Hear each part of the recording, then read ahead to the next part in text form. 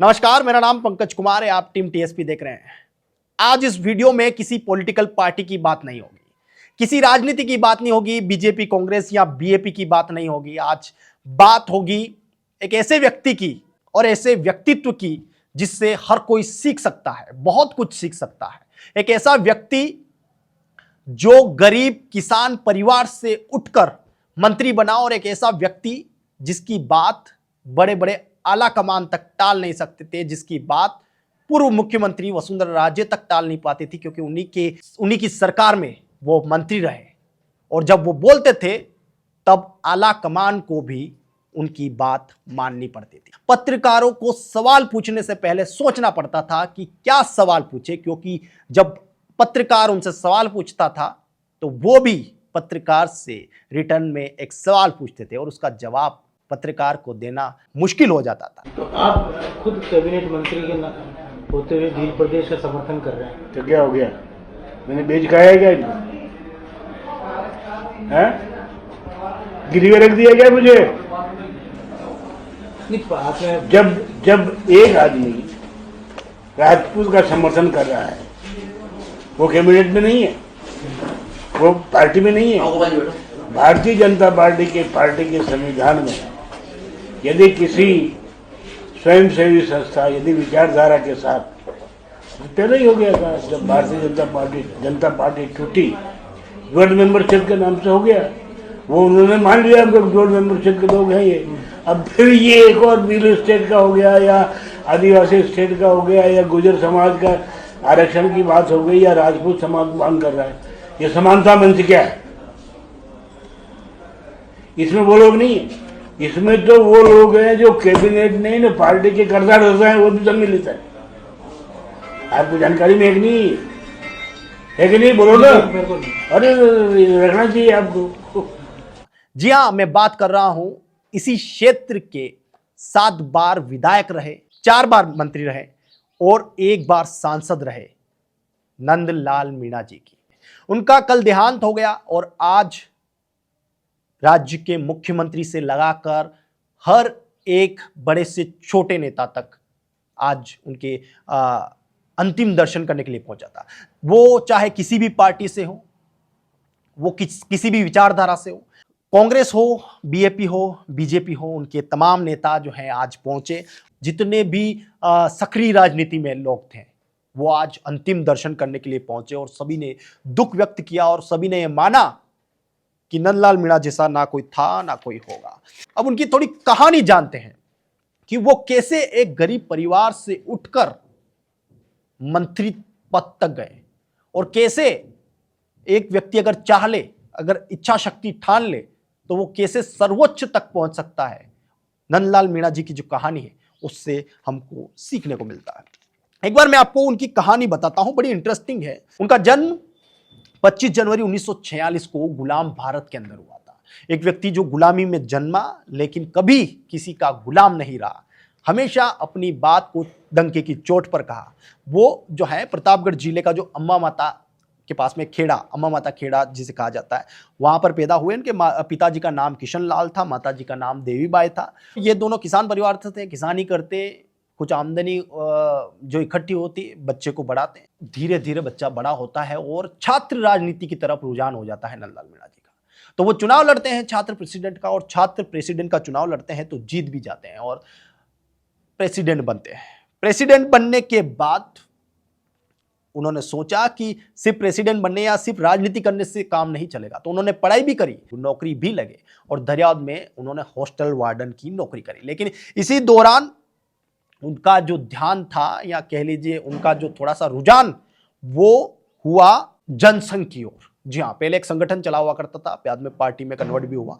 जनसंघ की तरफ उनका रुझान हुआ और वो पूरी निष्ठा से, पूरी लगन से जनसंघ का जो काम था उसमें लग गए। उसी वक्त राजस्थान सरकार में मुख्यमंत्री भी रहे भैरों सिंह शेखावत। उनके कान में ये खबर जाती है कि एक बच्चा है, एक युवा है, मात्र 24-25 साल उसकी उम्र है और वो संघ का काम बड़ा ही बेहतरीन ढंग से कर रहा है और काफी पोटेंशियल उसके अंदर दिखाई देता है।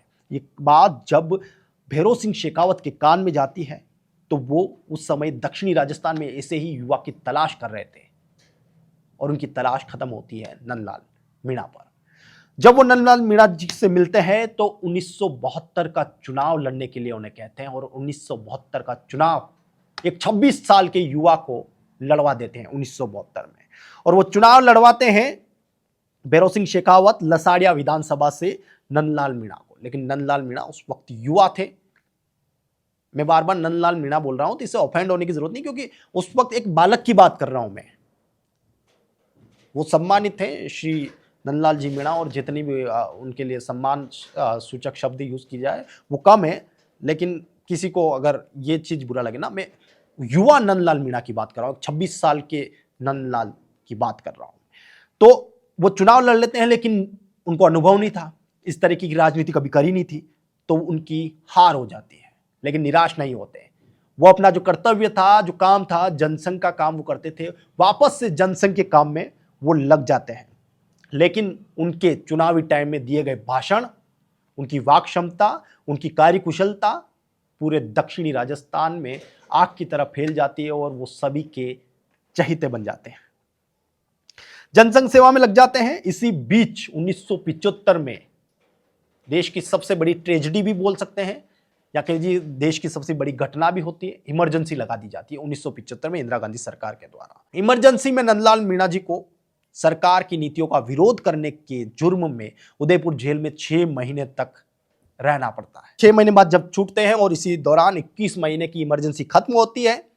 इमरजेंसी के बाद जो जनसंघ और कुछ दल थे, विपक्षी दल, उनको लगता है कि अब हमें कांग्रेस के खिलाफ एकजुट होने की जरूरत है, क्योंकि छोटे छोटे दल थे तो उन्हें को दबाया जा रहा था, इनको ऐसा लगता था। तो सभी विपक्षी दल मिलकर एक पार्टी का गठन करते हैं, और नाम रखा जाता है उसका जनता पार्टी।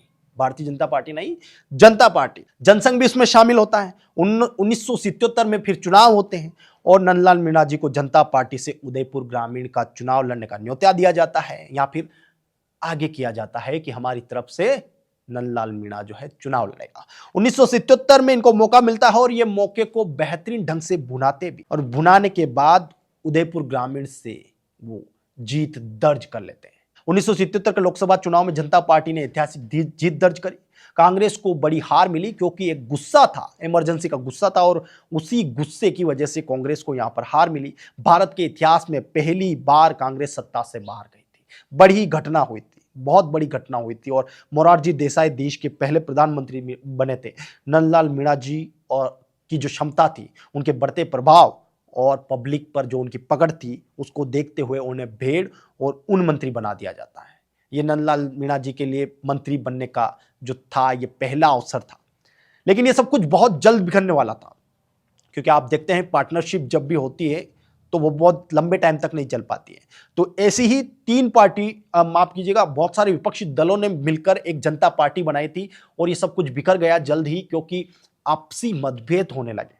जी हाँ, लोकदल, जनसंघ, समाजवादी और बहुत सारे जो अलग अलग गुट थे, अलग अलग संघ थे, उन सब के बीच में मतभेद हुए, और ये पार्टी अल्पमत में टूट जाती है, और सरकार बीच में अधूरी छूट जाती है। जनसंघ एक फैसला लेता है, जिसका हिस्सा नंदलाल मीणा भी थे। ये कहते हैं कि हम एक नई पार्टी बनाएंगे, और 1980 के मुंबई अधिवेशन में एक पार्टी का निर्माण होता है, जिसका नाम भारतीय जनता पार्टी रखा जाता है। 1980 में यह पार्टी बनकर तैयार होती है, और 1980 में ही एक और चुनाव होता है। नंदलाल मीणा को प्रतापगढ़ विधानसभा से चुनाव लड़ाया जाता है, और वो चुनाव वो जीत भी जाते हैं।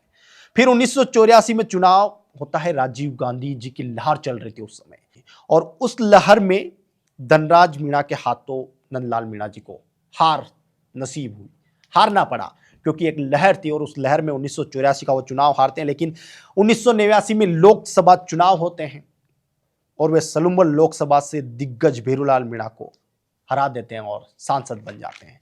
1989 में पहली बार नंदलाल जी मीणा सांसद बने थे। फिर 1993 में विधानसभा चुनाव होते हैं, और 2013, इस बीच में कभी वो चुनाव हारते नहीं है। 2013 में वो चुनाव जीतते हैं लास्ट बार। 2018 में एक तरीके से स्वैच्छिक, क्योंकि वो थोड़े बीमार भी होने लगे थे, थोड़ा स्वास्थ्य भी कमजोर था, और अपने बेटे को विरासत भी सौंपनी थी, और उसे अपने सामने तैयार होते हुए देखना था, तो वो सौंप देते हैं हेमंत मीणा जी को ये सारी बागडोर, और 2018 में चुनाव लड़वाते हैं। लेकिन एक युवा कह लीजिए, उन्हीं से सीखा हुआ, क्योंकि वो खुद कहते हैं कि मेरे राजनीतिक गुरु हैं, और उन्हीं से सीखकर वो उन्हीं के बेटे को हराते हैं। रामलाल मीणा एक नया सितारा राजनीति में उभर कर आता है और हेमंत मीणा को हार देखनी पड़ती है। लेकिन फिर चुनाव होते हैं, अभी हाल ही में 2023 में चुनाव हुए और उसमें फिर हेमंत मीणा जो है, ये जो गढ़ था, बीजेपी का गढ़ कहा जाने लगा था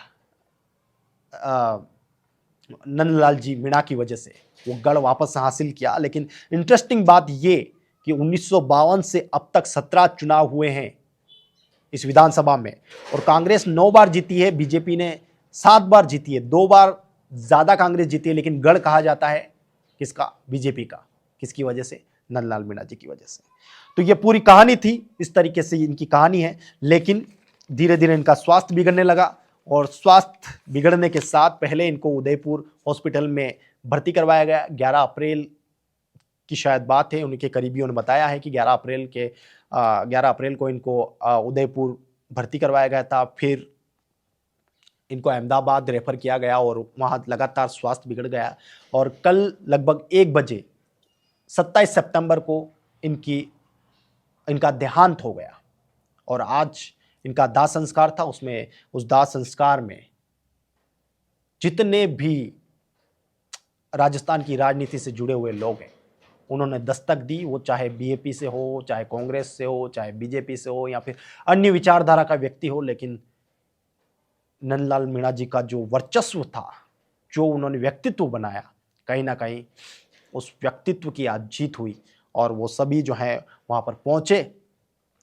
इस कहानी से बस मेरा उद्देश्य इतना ही था कि हम और आप ऐसे व्यक्ति से सीखें, ऐसे व्यक्ति से कुछ टिप्स लें, या फिर उनकी जिंदगी से कुछ सीख लें कि अगर जिंदगी में, अगर जीवन में इच्छा शक्ति हो और कुछ कर गुजरने की चाहत हो, तो चाहे आप किसान परिवार से आते हो, चाहे गरीबी से आते हो, या फिर आपके पास व्यवस्थाएं नहीं है, आपके आसपास कोई सुविधाएं नहीं है, अगर इच्छा शक्ति है तो किसी भी मंच पर या किसी भी ओहदे पर या फिर किसी भी बड़े स्तर को आसानी से परिश्रम के साथ पाया जा सकता है।